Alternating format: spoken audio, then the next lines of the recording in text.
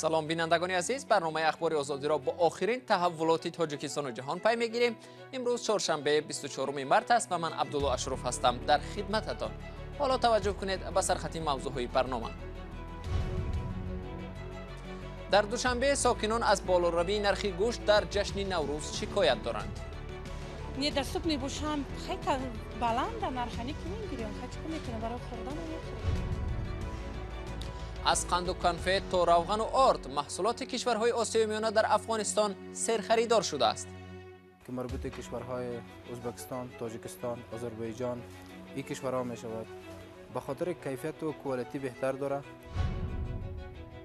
از وطن فرار کردن در غربت هم آرامی ندارند. پناهگاه مسلمانان روهینجا در بنگلادش آتش گرفت. بالاروی نرخ سوزشواری در تاجیکستان همانا ادامه دارد. به دنبال نرخ بنزین در 2 روز اخیر نرخ گازی مایع هم گران شد. اگر هفته گذشته نرخ 1 لیتر گازی مایع تا 4 سومانی و 20 درم ارزش داشت، امروز به 4 سومانی و 70 درم رسیده است. در برابر این نرخ مواد غذایی اولیه از جمله روغن و گوشت در چند روز اخیر گران شد. همکارانم مولا رجب یوسفی و امرالدین علیموف از بازارهای دوشنبه دیدن کردند و گزارش آنها را حالا همراه تماشا میکنیم. недоступный бушам خیلی بلند نرخانی که میگیریم خیلی میتونه برای خوردن میخوریم. اینجا یکی از مرکزهای اساسی فروش گوشت در دوشنبه است. بالاروی نرخ این غذای سر استعمال در چند روز اخیر طبع خریداران را خیره و شماره آنها را در این مکان کم کرده است. نه چند کیلو خریدیم این هم خریدیم ممکنه از سال دیگه ببرم این هم گوشت مون نه خریدیم نیست دیگه از شرایط نیست. اگر علاجش باشد یک چوره شبینه. فروشنده ها میگویند به بالا بردن نرخ منفعت دار نیستند چون گران شدن قیمت ها تعداد مشتریانشان را کم میکند.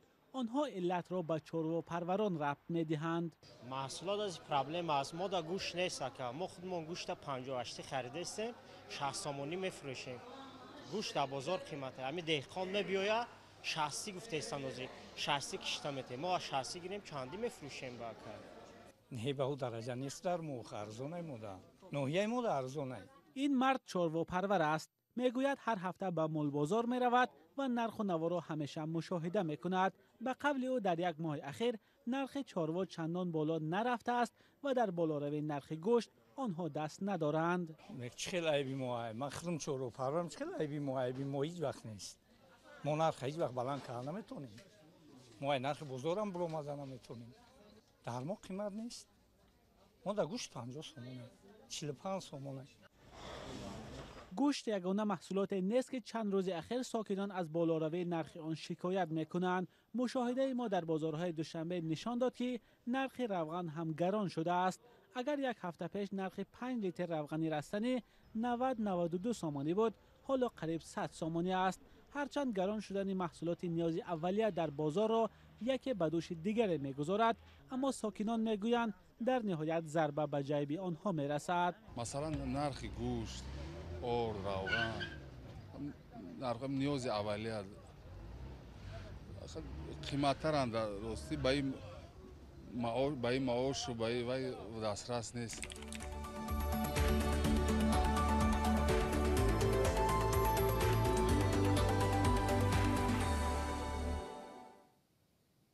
حالا رو آوریم به بازارهای افغانستان که با وجود جنگ دوامدار داخلی تلاش دارد با همسایه کشورهای شمالیش رابطه های تجارتی را براه ماند. طی چند سال اخیر کشور رابطه های تجارتی را با کشورهای آسیای میانه براه ماند. افغانستان از تاجیکستان، ترکمنستان و ازبکستان نیروی برق میخرد.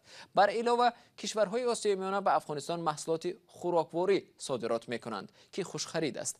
گزارش تلویزیونی نستعش وریم را همکارم میرزا نبی خالقزاد تقدیم میکند.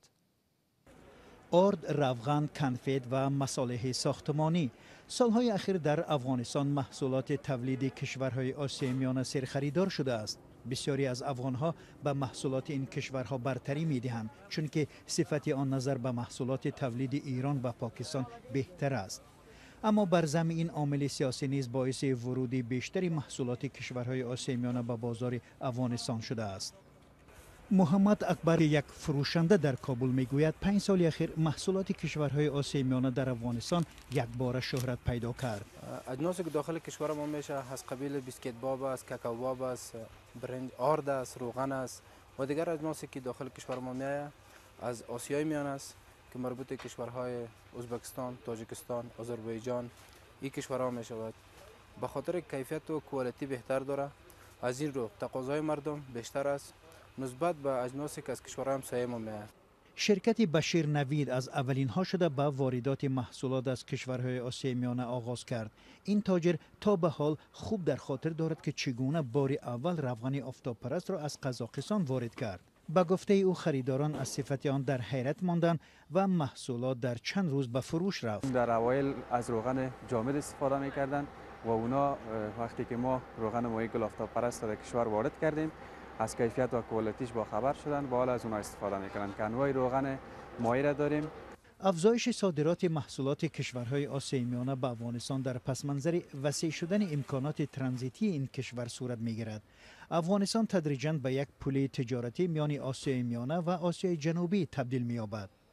خان جان الکازای تاجر افغان میگوید به فرق از ایران و پاکستان کشورهای آسیای میانه تجارت را با سیاست آمیخته نمی‌کنند. برای صاحب کار راحت پیش بردن تجارت خیلی مهم است. تأثیر از حد بیش سیاست به تجارت تأثیر منفی میرساند. با استحصال کنندگان آسیای مرکزی معامله کردن خیلی آسان و راحت است. از این رو بسیاری از شرکت ها با تجارت با کشورهای این منطقه برتری می‌دهند.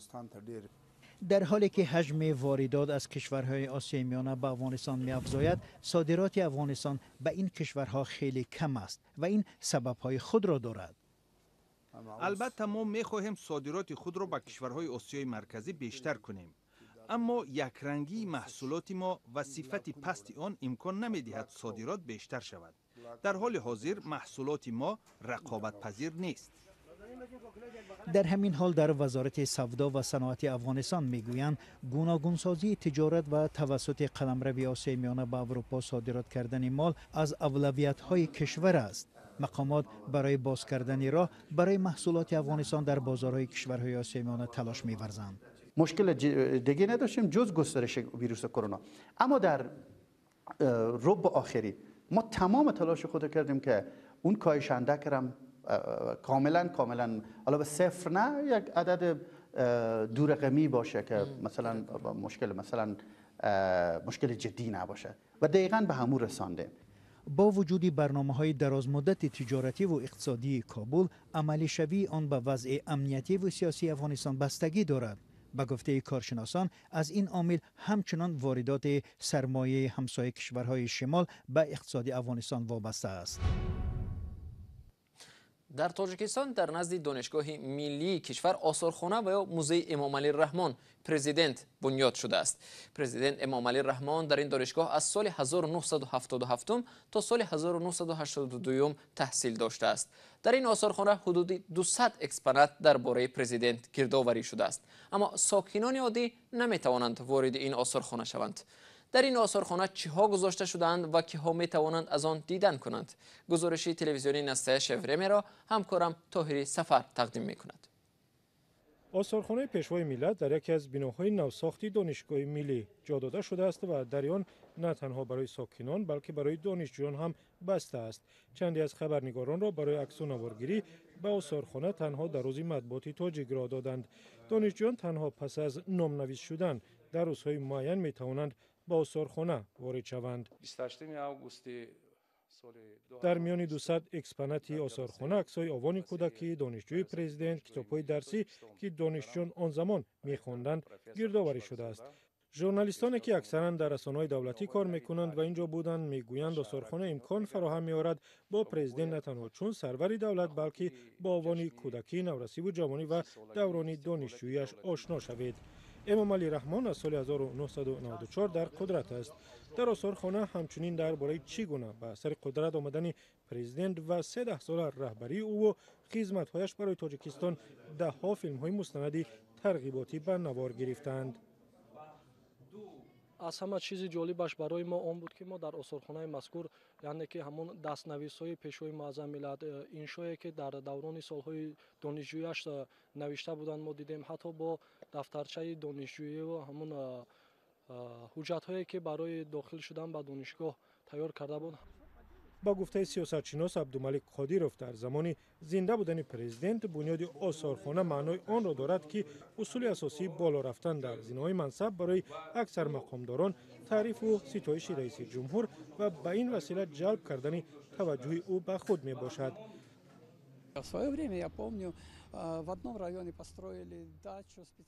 یادم هست زمانی در یکی از ناحیه‌های کشور برای پرزیدنت بوستانسرا ساختند. بعداً این یک عنعنه شد و رفت و در نصفی از نواحی برای مهمان‌های بلند مقام بوستانسرا ساختند که سالها خالی هستند تا زمانی که یگان مهمان مقامدار به ناحیه تشریف نیاورد. در عموم این خرج بیهوده پول‌های اندازه‌سپارندگان است.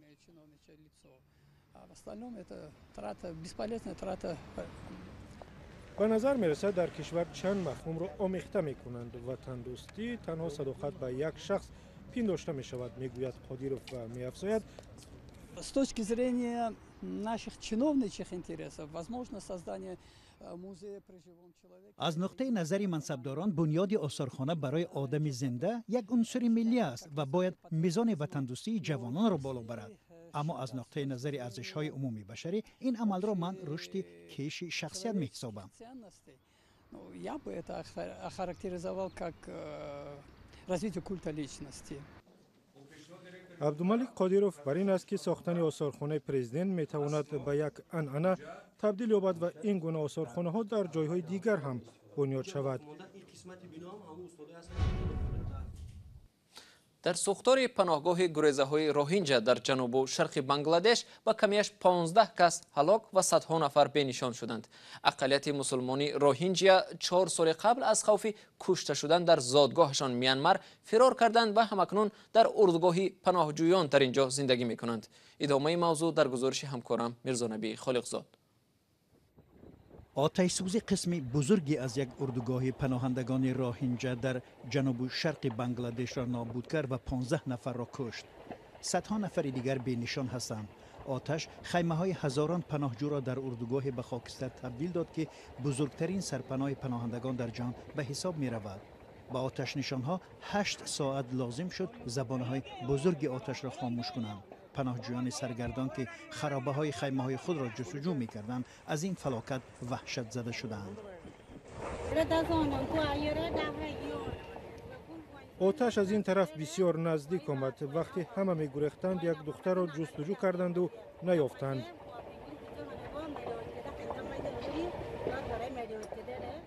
تقریباً 1 میلیون نفر از مسلمانان روهینجا در یک اردوگاه عظیم پناهجویان در ناحیه کوکس بازار بنگلادش در وضع بد اقامت می‌کنند. اکثر آنها سال 2017 بعد سرکوب نظامیان از میانمار به اینجا گریختند.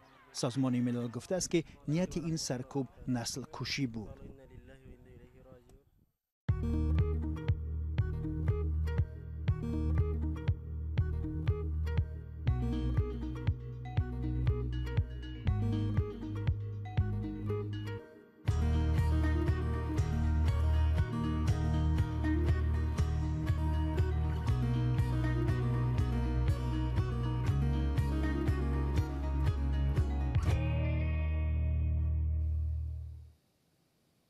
کمیته حقوق بشر سازمان ملل از دولت تاجیکستان خواسته است برای حفظ سلامتی شمیل حکیموف عضو زندانی شاهدان یهوه چاره‌های بی‌تأخیر اندیشد. شاهدان یهوه یک سازمان مسیحی فعالیتش ممنوع در تاجیکستان ادعا دارد که وضع سلامتی شمیل حکیموف 70 ساله در زندان بد شده است و او به معالجه ضرورت دارد. ولی نمایندگان زندانی در خوجند به سازمان فروم 18 گفتند جای برای نگرانی نیست. این خبر آخری برنامه امروز بود. تشکر از شما که تا این لحظه ها با ما بودید. اخبار و گزارش های دیگر را در سامانه رادیو آزادی می توانید مطالعه کنید. گزارش های ویدیویی در صفحه آزادی ویدیو گذاشته شدند. خدا نگهدارتان.